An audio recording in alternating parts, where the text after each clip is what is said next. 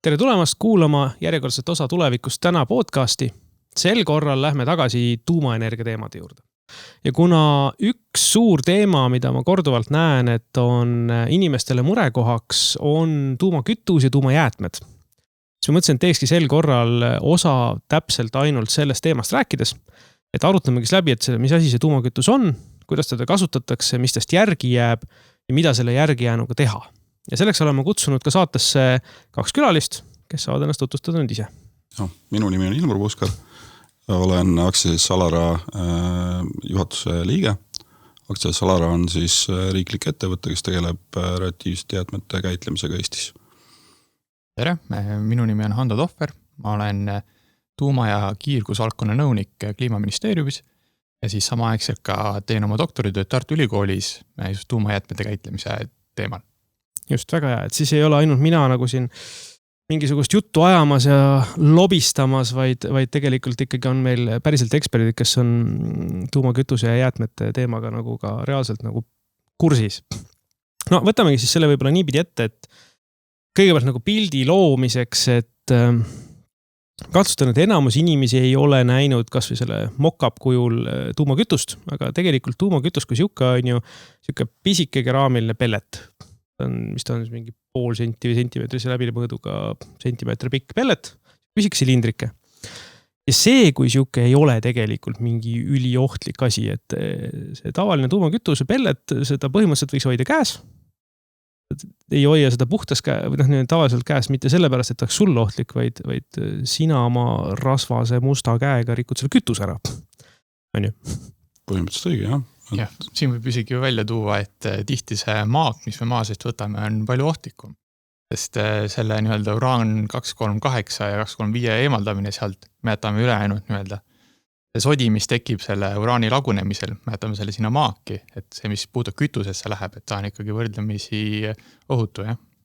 Et põhimõtteliselt ega ongi ju see, et seda toorkütust, mis ei ole veel reaktoris olnud, seda transporditakse ju täiesti tavamehhanismidega, et see tuleb tavaliste laeva, rekkaga, et see ei ole midagi nagu, ta on loomulikult, kuna see on tuumakütus on ju, siis tal on järelevalve asi on peal, aga selleks ei ole mingid eriveod, erikonteinerid, asjad, see on enam-vähem tavatranspordi logistikaga toodav.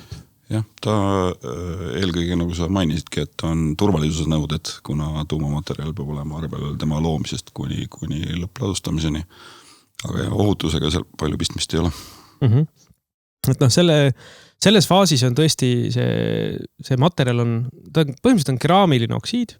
Ta on, ma ei teagi, mis on hea võrrelda siuke koduses keraamilis, ma ei tea. Kui kujutad ette, et võtad mingi pulbri, pressid seda väga-väga tugevalt kokku, et tekibki selline nagu justkui must tükk.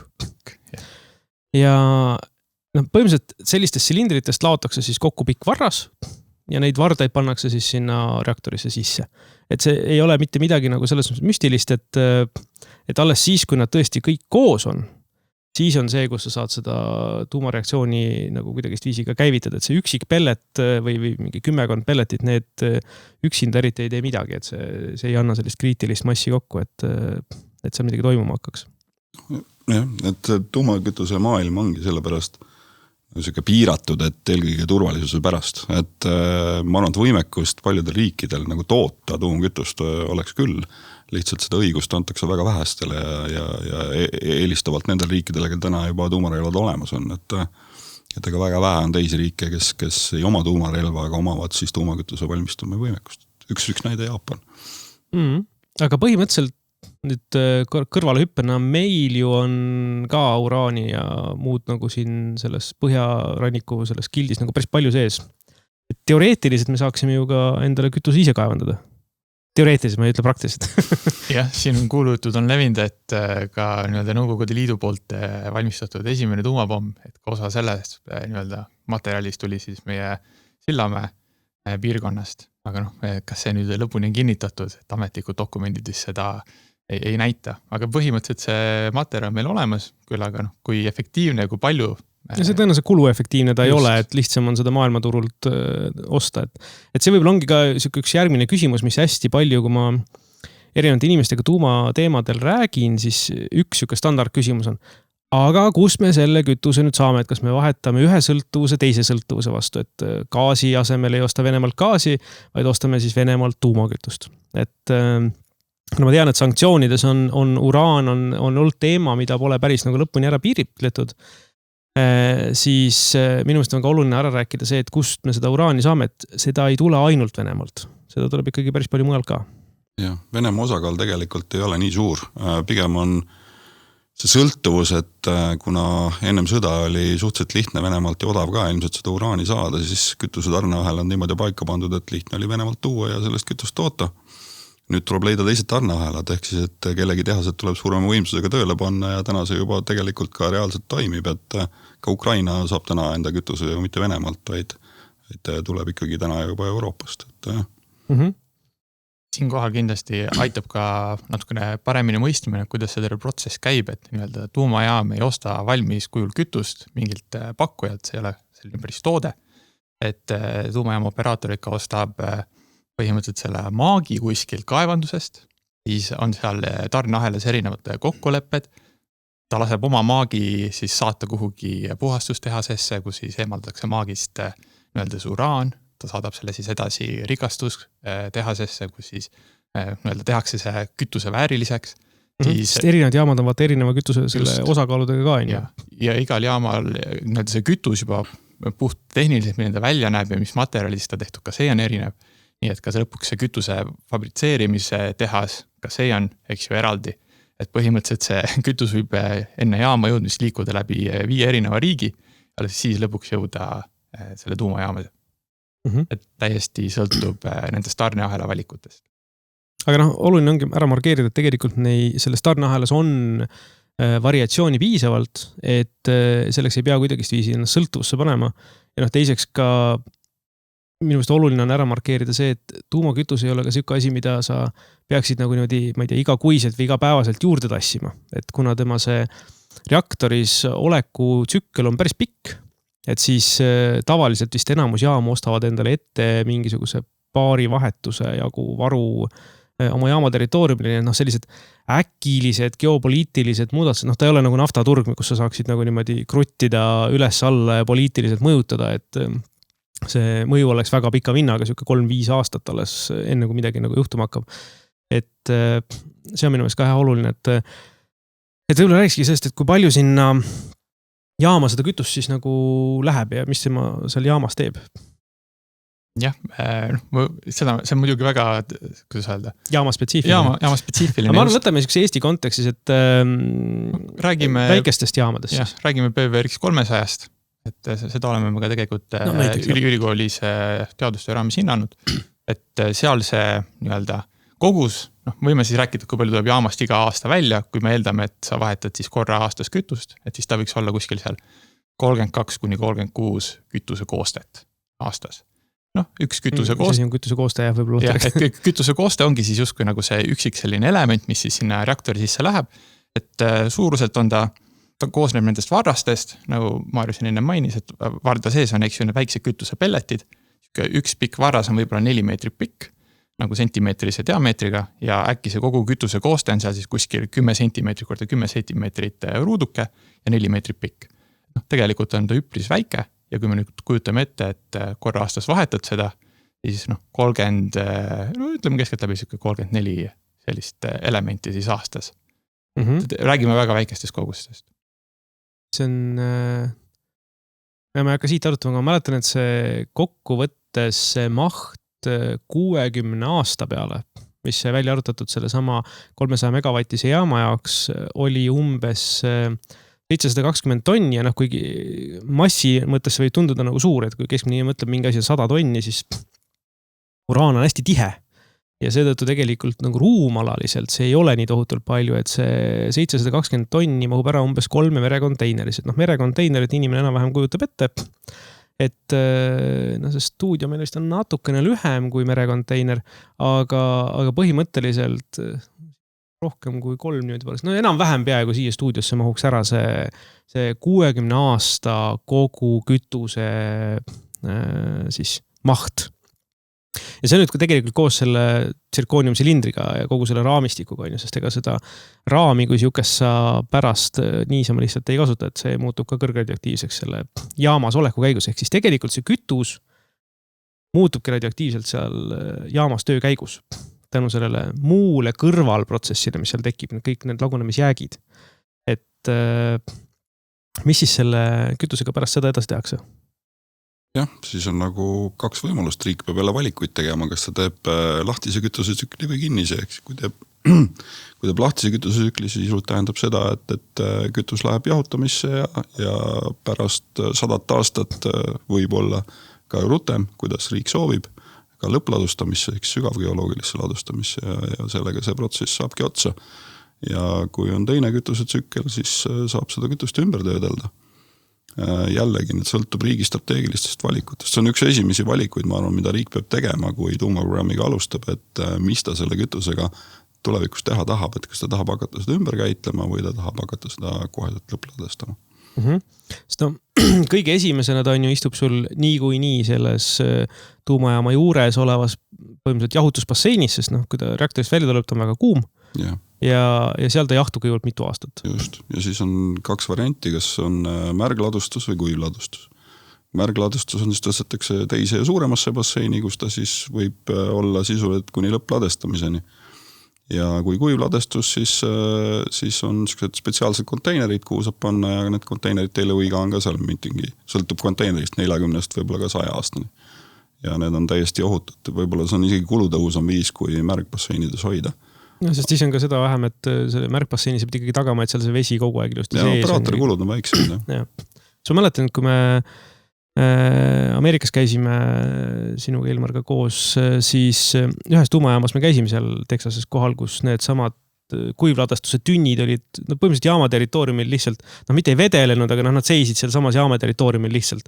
Ja põhimõtteliselt me käisime ja kui ma mäletan, Aigo veel kallistas ühte. Et põhimõtteliselt need on lihtsalt selline betoontünn, ega ta väga ilus ei ole, aga teoorias võiksid sinna midagi ilusasti peale värvida. Keegi ei ütle, mis värvid on. Ja siis, aga ta on selles mõttes tõesti nagu lihtne ja ohut, et kuigi seal on see kõrgradioaktiivne jääde sees, siis väljaspool seda tünni ei ole nagu mitte midagi. Ja ma mäletan, et minu meelest me küsisime ka, et kui nüüd siia peaks, ma ei tea, mingi lennuk lendama või midagi siukest sisse, et mis siis juhtub, või siis ütlesin, siis tõstame püsti.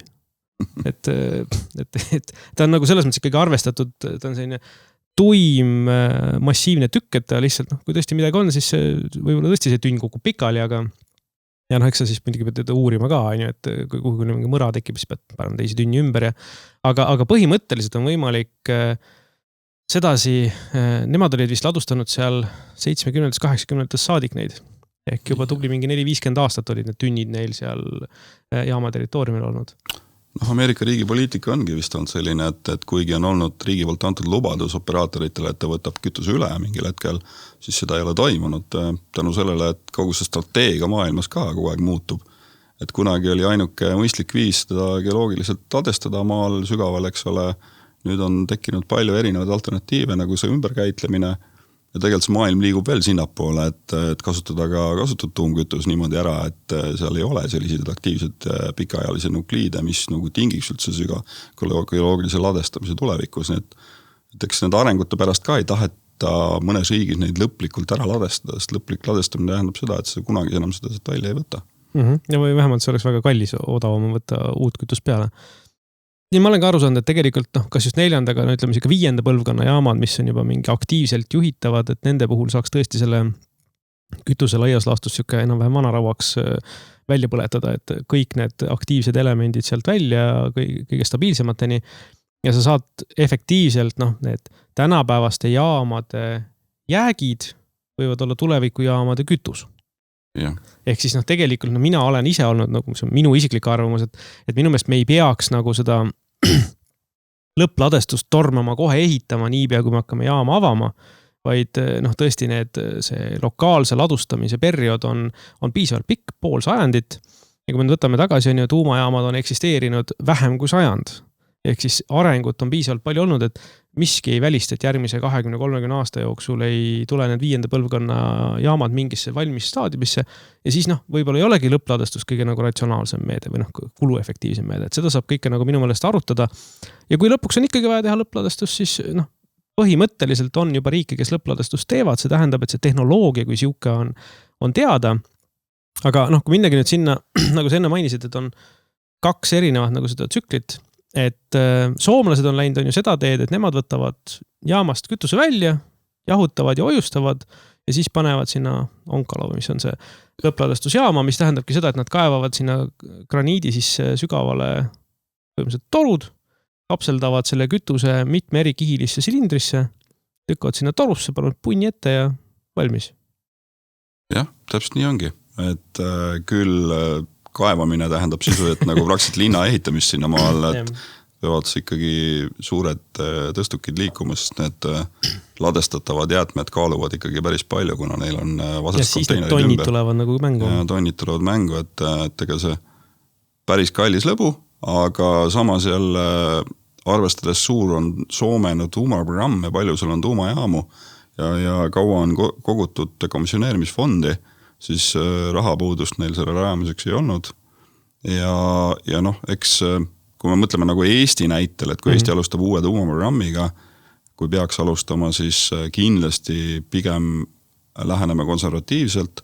Me teame kõik, et seda õpladuspaika ja seda otsust ei ole vaja homme vastu võtta, aga see ei tähenda, et me nagu dekomisjoneerimise rahade kogumisel lähtume ikkagi sellest, et meil tuleb ta maa alla panna, et oleks see kõige konservatiivsem variant. Ja siis kui aeg muutub ja tekib mingisugune läbipaistev ja arusaadav mõistlik teine lahendus, mis on reaalselt ka ära realiseeritud kuskil, siis me saame alati, nagu sa ütledki, käia ajaga kaasas ja muuta nagu seda asja nagu mõistlikumaks kui maa alla panek, aga täna lähtume sellest, mis reaalselt realiseeritud on ja see on ainult soomlaste Onkalo täna. Ei, selles mõttes ma olen täiesti nõus, et kui me raha kogume selle nagu halvima võimaliku stsenaariumi kontekstis ja kui siis lõpus selgab, et seda saab palju paremini, et müüme selle üldse kütusena kellelegi teisele maha. Come on, kellel oleks midagi selle vastu, kui sa kuskilt kontolt järsku miljardeid leiad ja saad seda millegi muu jaoks kasutada.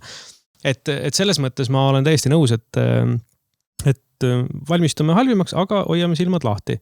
No ja teine variant on, ma ise käisin ka nüüd sügisel Prantsusmaal, kes on üks nendest riikidest, kes siis oma tuumakütust puhastab, ümber töötleb. Et seal on siis niimoodi, et nemad eraldavad oma jäätmed 3 kategooriasse. Hästi nõrgalt radioaktiivsed, keskmiselt või isegi, hästi nõrgalt ja nõrgalt radioaktiivsed, keskmiselt radioaktiivsed ja siis üliradioaktiivsed. Et see hästi nõrgalt, need on sellised, neil ei olnud eraldust, neil läks ka nulliga, et kui mingi asi, mingi kinnas on tuumajaamas olnud, siis vahet pole, et see on täiesti puhas kinnas, läheb ladustamisele. Et nad leidsid, et odavam on sellist ära ladustada, kui hakata mõõtma, kas see on radioaktiivne. Et aga kui sealt vaadata seda kõrgradioaktiivset komponenti, siis nemad võtavad selle niinimetatud kasutatud kütuse siis jaamast välja, saadavad selle kõigepealt nagu jahutamise hoidmise, nii nagu kõik muudki, aga siis nad reaalselt sulatavad selle üles ja eraldavad välja need elemendid, mis tegelikult on segavaks. Sest tegelikult, kui see tuumakütus läheb alguses reaktorisse, siis tal on, välja tulev osa on 90% ulatuses sama, mis sisse läks. See on kuskil 5-10% vahemikus vist, kui ma õigesti mäletan, mis siis on nagu muutunud, aga kuna seal on hästi palju nagu parasiitseid isotoope, mis nagu seda tuumareaktsiooni hakkavad pärssima, siis selle pärast me peame seda kütuse välja vahetama. No tegelikult, kui sa nüüd nagu selle niinimetatud jamaselt välja võtaksid, siis sa efektiivselt saad seda kütust uuesti kasutada. Mitte päris otse, selles mõttes ta ei ole niimoodi, et nüüd puhastamiselt välja, see ei ole nii lihtne, aga sa saad natuke nagu need algkomponendid mingil määral tagasi. Sa saad uraani tagasi puhastamisega, sa saad plutooniumi sealt tagasi, nagu mis jääb suuremas koguses. Ja siis sul on mingi 5% möksi, mida sa enam ei taha mitte mingil meetodil näha. Aga kui me võtame selle sama Eesti mahu, on ju, ühe reaktori kohta 720 tonni, siis 5% sest on 36 tonni. 36 tonni, kui sa arvestad seda uraani erimassi on 2 kuupmeetrit. Ja siia laua alla ei mahu, aga nii mõnegi laua alla mahuks, mitte tahakski laua alla 2 kuupmeetrit kõrgradioaktiivseid jäätmeid. Aga see maht ei ole nii nagu mastaapne. Et isegi kui sa seda nagu, ma tean, et need prantslased oma selle lõppladustuse jaoks nad topivad tünnidesse mingisuguse segatuna klaasiga põhimõtteliselt, et oli minu arust mingi klaasilaadne, mingi kristall, mille nad sinna Klaasistavad Nitrifitseerivad ära. Et põhimõtteliselt nad laias lastus segavad selle sulaklaasiga ära ja siis lasevad selle ära tahkestuda ja ma mäletan, et osakaal oli vist 3% läks sinna või isegi vähem läks seda radioaktiivset jäädet sinna sisse, et ta oleks stabiilne. Ja selliseid tünne, mis on mingi 180 liitrised, neid minu meelest oli, kui Eesti tahaks, siis meil läheks mingi 200 või oli 400 või midagi sükest. Ei ole suured, 180 liitrine tünn ei ole väga suur, et seda saab tõesti mingi gaasibalooniga võrrelda. Ja siuksed me peaksime siis matma maha. Et see oleks nagu mahuliselt väga palju vähem. Aga siin tuleb muidugi juurde logistika. Seal on nagu palju teisi asju, see on nagu ikka see saatan peetub detailides, eks ole, et tundub väga ilus ja taaskäitlemine üldse kõlab väga roheliselt ja ägedalt. Aga tegelikult eks seal on palju riske, et kui me võtame selle tuumkütuse, nagu sa ütlesid, reaktorisse pannes võib käes hoida, reaktorist välja võttes enam ei või ja selle transport on ilmselt hoopis keerukam, eks ole, ja ka turvalisus on palju keerulisem tagada. Pluss jõuame veel sinna välja, et see kütus ei ole ikkagi päris see, mis ta algselt oli. Et ta sisaldab, nagu sa ütlesid, rohkem plutooniumi ja selleks peab olema ka reaktor natuke teistmoodi disainitud, et ta saaks seda kütust kasutada. Eks, et ja, selles mõttes, et ta samasse reaktorisse tagasi ei läheks. Ei läheks. Ja, seda kindlasti. Ja seal on ka see sama teema, et ega jällegi see üldsus ei ole väga rõõmus, kui Eesti tahaks endale mokskütusel kasutavat reaktorit disainida jälle selle sama safeguardide ja kaitsemeetmete pärast, eks, et meil oleks riigis palju rohkem plutooniumi, mida saab jälle kuidagi ära kasutada. Kas me samas näiteks, ma ei tea, kuidas täna need rahvusreeglid on, aga muidugi rahvusvahelised reeglid on ka asjad, mis ajas muutuvad, et teoreetiliselt, kui oleks olemas huvitatud riik, kas või see sama Prantsusmaa, võiks selle moksi neile maha müüa. Neil on endalgi probleem selle moksi kasutamisega, et ega see, ma ütlen, et see kõik on õige, see areneb, ma arvan, et tänases situatsioonis arvestades Eesti tuumaprogrammi nagu suurust, me ei eelda, et selle saab väga suur olema ja ka see maht on nii või teisiti väike juba. Ka see, kui me ei töötle kütust ümber, siis eks need argumendid peavad üsna kaalukad olema, et me hakkame teda ümber käitlema, sest see tekitab päris palju lisakulusid ja riske. Aga kindlasti on jälle see koht, et eks me peame kõik targemaks saama. Et praegu me kõik siin teoritiseerime, aga rohkem oleks nagu praktikutega vaja rääkida. Ja tuumatöögrupp on tegelikult selle sama Orana, kus sinagi käisid, eks ole, ja vaatlesid seda ümberköötlemist, et see spetsialist on tegelikult ka teinud päris hea töö Eesti jaoks ära, et kus on kõik need võimalused läbi kaalutud ja prantslaste vaates loomulikult ümbertöötlemine on väga tore. Sellepärast nemad neil on muidugi massiivne kasutus ka. Aga paljud teised riigid ka viivad enda kütust siin ümbertöötlemiseks, et ei ole ainult Prantsusmaa enda kütus. Seda Jaapanis minu meelest. Jaapani kõige suurem probleem on neil panna seda kütust, neil enda nagu see neil endalgi ümbertöötlemise võimeks olemas. Aga see tehas, eks ole, Fukushima tõttu pandi kõik asjad seisma, eks et seisis sisuliselt jõude. Täna ma loodan, et ta pannaks jälle tööle, et siis nad ei pea tassi. Kui ma Oranas viimati käisin, siis nad mainisid küll, et jaapanlased plaanivad selle nüüd uuesti käima panna. Ja, et nii kui see rahva meelsus seal muutub ja on võimalik uuesti käivitada, siis kindlasti seda tehakse, sest on praktiliselt uus tehas, just nad jõudnud seda käima panna. Ma arvan, et kogu see üldse temaatika selle lahtise kinnise tuumkütuse tsükli ümber, et seda kindlasti aitab paremini mõista, kui sa tead seda ajalugu seda taga, et miks näiteks Prantsusmaa üldse otsustas minna kinnise tuumkütuse tsükli poole. Et kui me räägime 80-ndatest ja tuumaenergia levikust, et siis väljavaade oli väga hea. Arvati, et tuumaenergiat hakatakse veel laialdasemalt kasutama. See tähendab, et nõudlus uraani järele kasvab ja samuti tollel ajal need teadaolevad maardlad olid üpris väikesed, seega arvati, et uraani jääb vähemaks ja kütus hind hakkab tõusma. Ja tark on taas kasutada. Just, et siis tõesti tundus, et see nende 4. generatsiooni reaktorite kasutusele võtt ja et neid kasutada, sa pead ju plutooniumi hakkama tootma, et siis kogu see ümbertöötlemise temaatika tunduski väga atraktiivne. Aga kahjuks nagu 90-ndatel selgus, et päris prognoos niimoodi ei läinud ja leidi uusi maardlaid, kütuse hind püsis enam-vähem sama, stabiilsena, oli päris odav, et ei tekkinud kunagi seda efekti, või mis oleks nagu võimaldanud seda 4. generatsiooni reaktorite kasutusele võtmist. Et ma arvan, üldse selle ümbertöötlemise puhul see on suuresti poliitiline valik, Siin tal on kindlad eelised, tal on kindlad põhjused, miks see võib-olla ei ole. Noh, üks asi on kindlasti ka hind, et tänapäeval hinnatuna on nii-öelda see lahtine kütusetsükkel oluliselt odavam. Aga kui isegi minna kinnise kütusetsükli poole, siis tuleb ka mõista, et ka see kütusetsükkel ei ole täiesti kinnine. Et tänapäeva praktika näitab, et sa saad oma reaktorist võetud kütuse ühe korra taas kasutada. Et kui sa hakkad seda mitu korda kasutama, ta läheb iga kord radioaktiivsemaks ja see teeb paneb olulised piirangud peale, et kui palju ja mida sa saad üldse taas kasutada. Ja võib-olla siin saab sisse tuua ka selle lõppladustuse asja, et isegi kui sa seda taas kasutad, siis mingi osa sellest peab ikka maa alla minema. Seda kindlasti. Ja see hulk, mis maa alla läheb, muutub kogu aeg radioaktiivsemaks ja üks kõige suuremaid piiranguid üldse transpordi ja miks üldse seda kütust kohe võeti reaktorist välja ei panda kuhugi, vaid miks ta peab jahtuma, on just see soojuse küsimus. Et kui reaktor tuleb või see kütus tuleb reaktorist välja, siis võib-olla selle ühe kooste soojuse eralduskogus on äkki umbes, ütleme, ühe radikaga võrdeline, et umbes kuskil 1 kilovatt. Et selleks, et teda panna kuhugi, see peaks umbes 10 korda vähemalt jahtuma, et siis 100 vatti, et see on umbes enam-vähem kui palju soojust ühest inimesest tuleb. Et me ei räägi üldse suurtest soojuskogustest, aga nüüd kui sa paned ütleme, circa 50-100 tükki sinna ühte betoonist anumasse, siis see anum hakkab hästi kuumaks minema. Ja kui see temperatuur läheb piisavalt kuumaks, et seal betoonis hakkab praod ja muud asjad tekkima, et siis on see suur probleem. Ja me ootamegi, et ta jahtuks maha, et siin me saaksime seda siis ohutult transportida või lõppladustada. Ja kui sa nüüd võtad oma selle kütuse, mida sa oled ümber töödelnud, mis on veelgi radioaktiivsem, siis see soojus, mis sealt tuleb, on palju suurem. Ja väiksemates kogustes teda siis panema ja puhverdama rohkem. Täpselt, et võib-olla sul mahud on küll 4 korda väiksemad peale ümbertöötlemist, aga sa pead need väiksem kogused 4 korda suurema ala peale ära jaotama. Et siis maa all näiteks see temperatuur üle 100 kraadi ei läheks, mis on siis üheks piiranguks, tihti disaini piiranguks.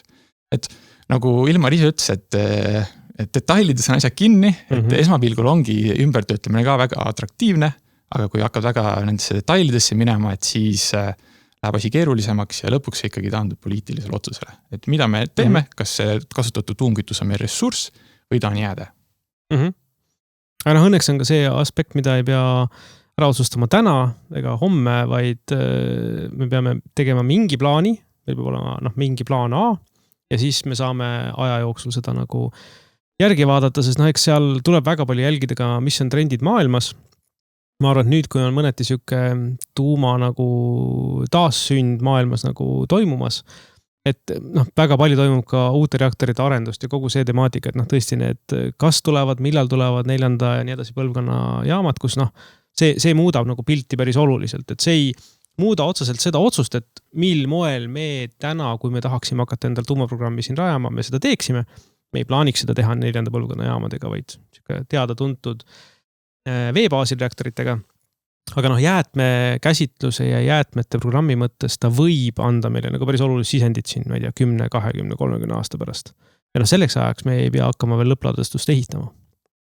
Et nagu mainitud, laias laastus, kui me tahame, meil on aega, näiteks lõppladustuste ehitamine võtab ka aega, aga meil on aega ikkagi vähemalt pool sajandit. Jah, õigus, aga lisaks veel kõik see disainide paljusus täna, et mis on SMR-id ja nende turule tulek on toonud väga palju erinevaid võimalikke disaine, millel on plussid ja miinused, eks ole. Ja üks on see sama projekt, mida Orana ka tegelikult toetab, ta küll ise ei tegele disainidega, aga tema huvi on kütusetsükkel sulgeda, siis see Horizoni projekt, mis näeb ette tooriumi lisamisega kasutatud tuumkütuse ära kasutamise reaktoris, ehk siis, et tekiks sul ainult sellise aktiivsusega jäätmed, mida sa ei pea süvageoloogiliselt ladestama, vaid sisuliselt panna 30-50 meetri sügavusse, eks ole, hoidlasse, nii nagu täna keskaktiivsed jäätmed ladestatakse. Et see muudaks selle protsessi tunduvalt odavamaks ja ütleme ka inimestele võib-olla vastuvõetavamaks, sest ütleme küll ohutu see tuumkütus ja väike ja kõik, aga siis paneme kilomeetri sügavusele maa alla, ei kõla väga hästi. Ja eks selle põhimõte ongi see, et kuna ta on hästi pikaajaline, siis me peame kuidagi tagama, et ta see põhjavette igale poole ei jõuaks selle perioodi jooksul ja siis ongi see sügavale maa alla hästi stabiilsetesse kihtidesse panek on siuke hea lihtne meetod, kuidas seda tagada või kas ta just lihtne on, aga ütleme erinevate meetodite võrdluses. Ütleme, et tegelikult on aga niimoodi... kui saaks teha paremaks, on muidugi alati parem, jah? et inimestele pigem nagu on see, et eks see tuumamaailm ongi väga palju ülereguleeritud just sellepärast, et tõestada ära, et see on väga ohutu ja ohutust hinnatakse nagu 1000 aastate perspektiivis. Kui me võtame nagu alternatiivsed jäätmevood, nagu näiteks tavapärased ohtlikud jäätmed, mis ka tegelikult looduses mitte kuidagi ei lagune ega nendega midagi sisuti juhtuna, teevad ohtlikuks nagu aegade lõpuni. Mitte keegi täna neid ei pane kilomeetri sügavusele maa alla ja ei vala betooni ja vaske ja mida iganes on. Et tekitab teatud küsimusi, eks ole, et mitte see, et ma ütleks, et me ei taha panna neid kilomeetri sügavusele, pigem on see, et me kuskil lepime sellega, et me ei hinda 10 000 perspektiivis ja see kogus võib olla tunduvalt suurem kui tuumakütuse kogus, eks ole, ohtlik jäätmed maailmas ilmselt tekib palju rohkem kui tuumakütust. Et alati tuleb vaadata nagu mitut moodi neid asju, et ma arvan, tulevik ilmselt on ikkagi ka tuumkütuse poolel see, et kõik tegutsevad selle nimel ja need uued disainid selle võimaluse annavad, et tuumkütust ei peaks enam panema nii sügavale maa sisse ja need kulud oleksid kokkuvõttes väiksemad. Arvan, et Ilmari mõte on väga õige ja just tulebki radioaktiivsete jäätmete käitlemisel rõhutada, et tegemist on probleemiga, mis võib-olla ei lahenda ise ennast, aga teeb seda probleemi aja jooksul ise väiksemaks. Ja, et Eesti on piisavalt väike, et paljud teised aitavad meil tulevikuks seda probleemi oluliselt kokku tõmmata. Ja puht füüsikaliselt juba, kui me lihtsalt ootame, meil nende jäätmete ohtlikkus väheneb ajas, et tõesti suurem osa ligi 90–95% jäätmetest, mis sul tuumajaamas üldse tekib, et nad tõesti sellised, et kui sa ootad piisav kaua, võib-olla küll räägime ajahorisondist, mis on seal mitusada aastat, aga sellegi poolest, et juba sellise tuumamaailma mõttes üpris lühikese perioodi jooksul lihtsalt ootamises piisab, et sa saaksid neid lõpuks käidelda nagu tavajäätmeid. Ainult see tuumkütus, mida tekib väga väikestes koguses, et see on niisugune problemaatilisem ja võib-olla need jaama detaili, mis on otse kokkupuutes on selle kütusega. Et ainult nendega me peame siis väga suure lõppladustuspaiga rajamise ette võtma. Just. Kuulge, aga suur tänu teemat arutamast. Aitäh. Aitäh kutsumast.